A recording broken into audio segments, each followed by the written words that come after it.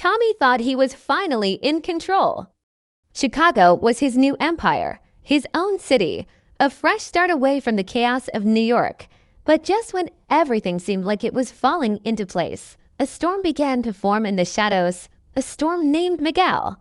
And what Tommy doesn't know yet is that Miguel's hidden ties to New York could be the very thing that burns his entire operation to the ground. Tommy Egan has always been a man who thrives in chaos, but in Chicago, he's trying to turn that chaos into something structured, something that actually lasts. After breaking away from New York and all the ghosts of his past, Tommy carved out his own piece of the city. Slowly but surely, he started building his network. He wasn't just the hot-headed enforcer anymore. He was becoming a leader, someone other crews had to respect, and more importantly, someone they had to fear. The streets of Chicago are not easy to tame.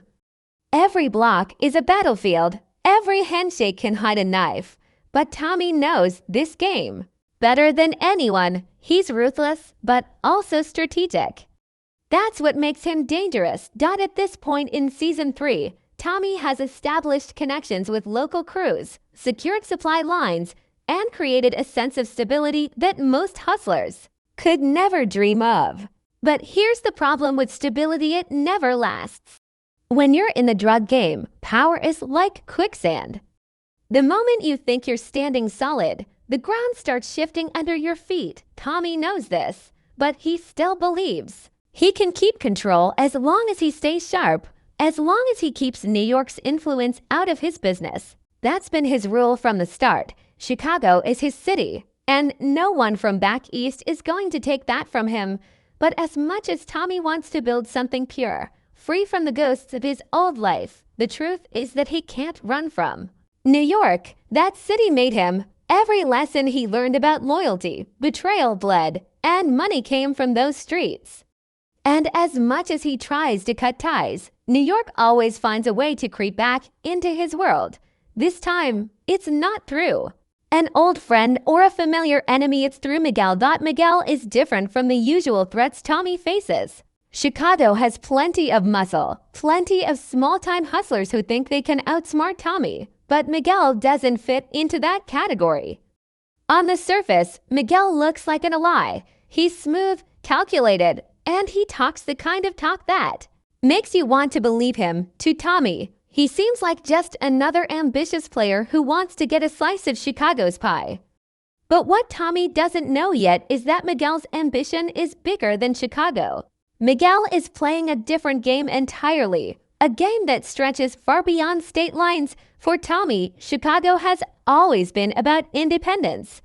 He doesn't want to answer to anyone, not the cartel, not the Serbs, and especially not the old New York crews that always had strings attached. Independence is what gives him freedom, and freedom is what makes him powerful. But the second Miguel enters the picture, that independence is under threat. Miguel isn't just another name on the street. He's the messenger of something larger, something Tommy can't ignore. Miguel's quiet phone calls, his unexplained trips, the strange respect he seems to carry in circles outside of Chicago, they all point to one thing: his hidden connection to New York. This is where the cracks begin to show. Tommy believes he's building a foundation that no one can touch. But Miguel represents the very thing Tommy fears most: being dragged back into a game he thought he left behind. Chicago might be his empire, but empires don't last forever, especially when a ghost from the past is knocking at the door. And with Miguel, that ghost isn't knocking, it's already inside. Miguel is not like anyone else Tommy has dealt within Chicago. Most of the people in the game are loud, reckless, and desperate to prove themselves. They flash money, drive flashy cars, and talk too much about power they don't actually have. Miguel is the opposite. He doesn't need to brag. He doesn't need to show off, because he carries himself like a man who already owns something bigger than anyone around him. When he walks into a room, people notice not because he demands respect with a gun in his hand, but because the silence that follows him feels heavy, like everyone knows there's more to him than what he shows. That's what makes him dangerous. In Chicago, Miguel presents himself as a partner, someone willing to collaborate with Tommy, someone who can help the business grow. He plays the role of a strategist, the guy with connections, the guy who knows how to keep problems small before they turn into wars. And on the surface, that makes him useful. Tommy sees in him a potential ally, someone who understands that this game isn't just about force, it's about timing, relationships, and knowing when to strike. But underneath that calm exterior, Miguel is hiding something much deeper, something that has nothing to do with Chicago at all. Miguel's real story is tied to New York. His past is not written in the streets of Chicago, it's written in the backrooms and alleyways of the city that Tommy left behind. There are whispers, rumors that follow him like shadows, late-night meetings with men who shouldn't be in Chicago at all, conversations in Spanish and coded language, shipments that move from New York to Chicago without anyone questioning who's really in control. The truth is that Miguel is not just some player looking for a piece of Tommy's empire, he's a man sent with a purpose. His roots go back to powerful families and dangerous organizations that have always had their hands in New York's criminal world. The deeper you look at Miguel, the more questions you have. Who is pulling his strings? Is he working for someone? We already know from the Power universe someone who's been waiting in the shadows to step back into the game. Or is he the bridge between the cartel and the East Coast, a man who can move between worlds in a way Tommy can't? That's the puzzle. Miguel doesn't show his hand, but every move he makes feels calculated, as if he's 10 steps ahead. And when you connect the dots, it all points to one thing: his allegiance lies somewhere outside of Chicago, and whatever that allegiance is, it will never align with Tommy's dream of independence. This is where the tension begins to boil. Tommy wants control. He's tired of being under ghost, tired of answering to the Serbs, tired of anyone thinking they can pull the strings of his empire. But Miguel's connection to New York threatens to put Tommy right back in that position. If Miguel is tied to an organization back east, then everything Tommy has built in Chicago is already compromised. His so-called freedom is an illusion, because as long as Miguel is in play, New York has its hand around Tommy's throat. And the cruelest part, Tommy doesn't even know it yet. What makes Miguel even more dangerous is how carefully he hides his true nature. He's not reckless. He doesn't push Tommy too fast, doesn't show his ambition too openly. Instead, he builds trust. He makes himself seem reliable, someone who can handle problems before they reach Tommy's doorstep. He positions himself as a man who can open doors that no one else can. And in this game, favors mean everything. When someone solves a problem for you, you start to trust them. And once that trust is there, betrayal becomes the deadliest weapon of all. So while Tommy is focused on expanding his empire, believing Miguel is just another ally in the grind, Miguel is weaving a web that stretches back to New York. Every move he makes pulls Tommy deeper into that web, and the more Tommy relies on him, the harder it will be to break free. Chicago might look like Tommy's city now, but if Miguel is connected to New York power players, then Chicago is just another piece of a much bigger board. And on that board, Tommy isn't the king, he's the pawn. Miguel's mystery isn't just about who he knows in New York. It's about how he plans to use that connection. Is he here to slowly take Chicago for himself? Is he here to test Tommy's strength before bringing the weight of New York down on him? Or is he simply the messenger, the man sent to remind Tommy that no matter how far he runs, New York will always be waiting? That's the danger Miguel brings. He's not just another rival on the street, he's the shadow of New York itself, moving quietly through Chicago, waiting for the right moment to strike. For Tommy, every step he has taken in Chicago has been about building something that no one could take away. Every deal, every alliance, every risk, it's all been to prove that he doesn't need anyone's shadow over him. But the truth about Miguel is that his very presence is the shadow Tommy has been running from. Miguel is not just a man with connections. He is the doorway to New York's influence creeping back into Tommy's world. And the deeper Tommy lets him in, the more control slips from his own hands. At first, it's subtle. Miguel whispers in. The right ears make small changes in the way the money moves or the way shipments get handled. He offers solutions before Tommy even knows there's a problem. A rival crew suddenly backs down, a potential enemy disappears, and Tommy begins to think Miguel is the reason his empire feels untouchable. But here's the danger. When someone is cleaning up problems you don't even see, you forget to ask what price you'll have to pay.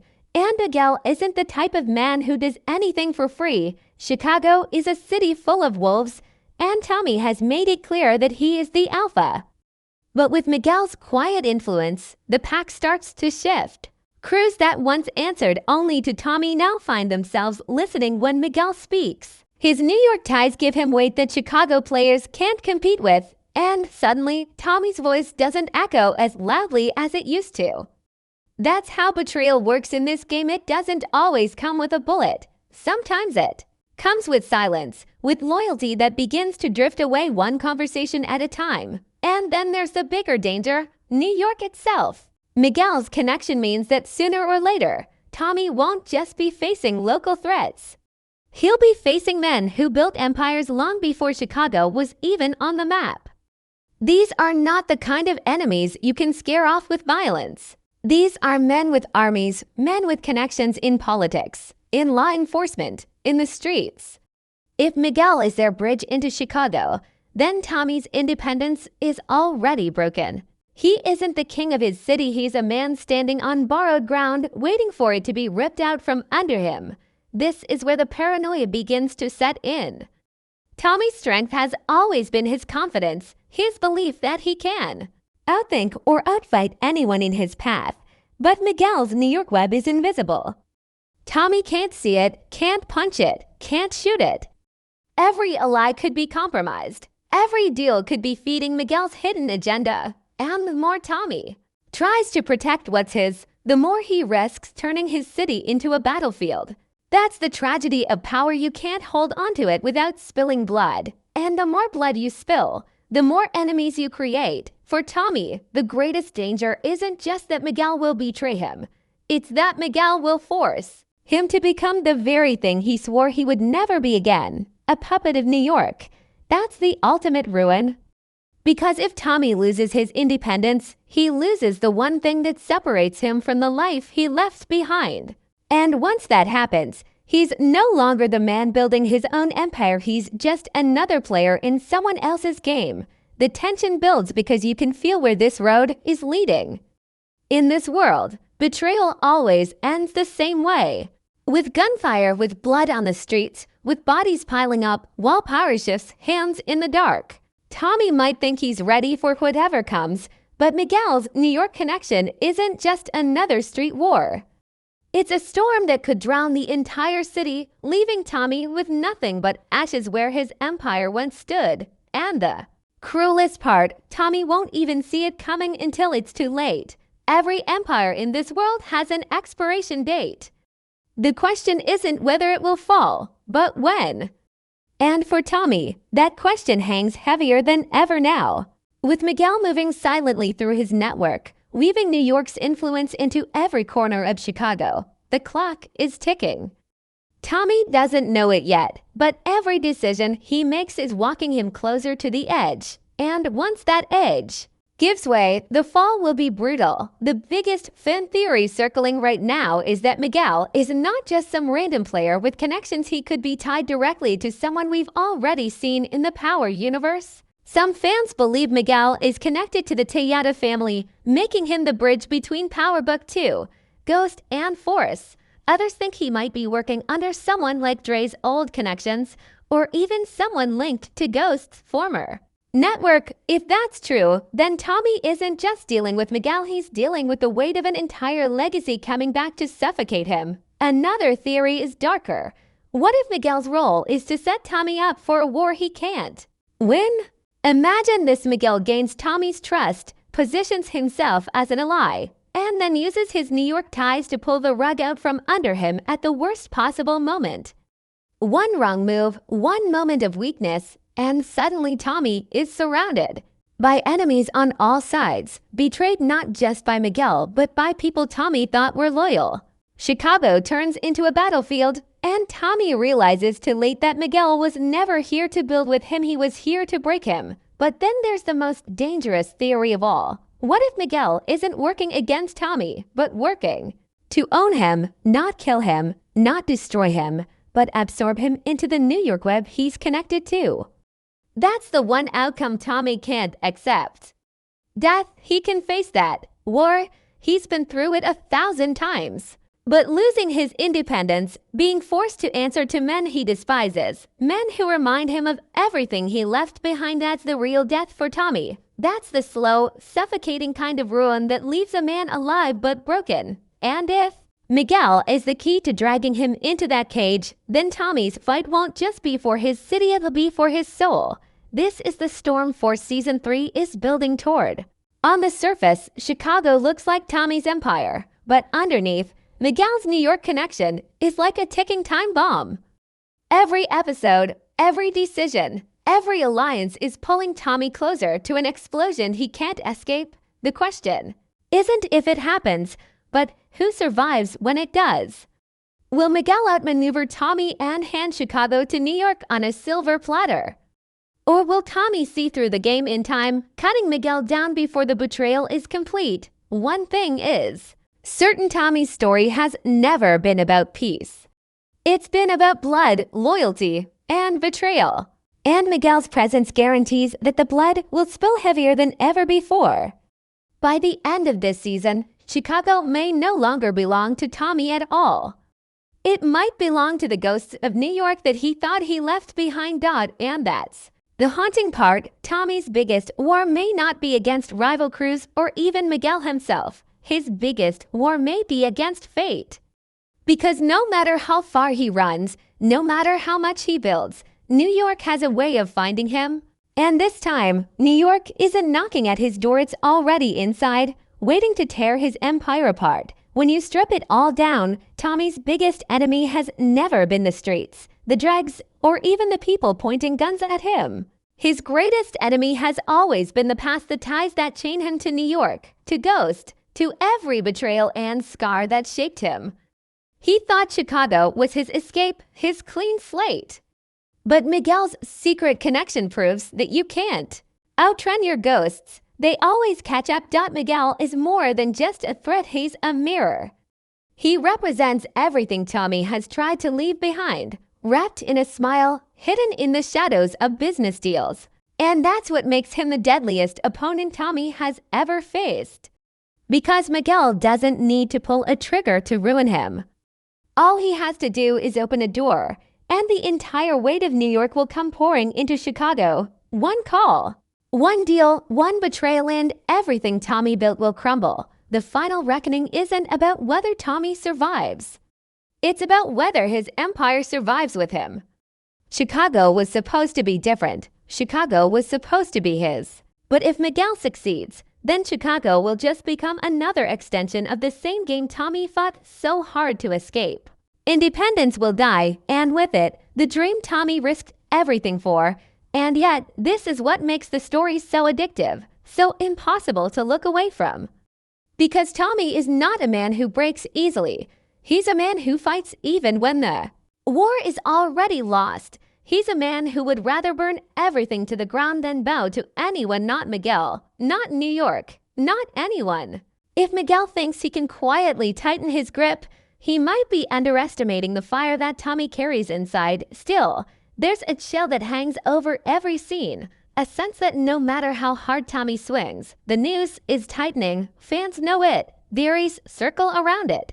And deep down, even Tommy must feel it, that Chicago isn't safe, that his enemies aren't just local, that the game he left in New York has followed him here and is ready to swallow him whole. So the stage is set. Tommy Egan, the lone wolf, carving out his own empire against Miguel, the shadow of New York with secrets too heavy to ignore.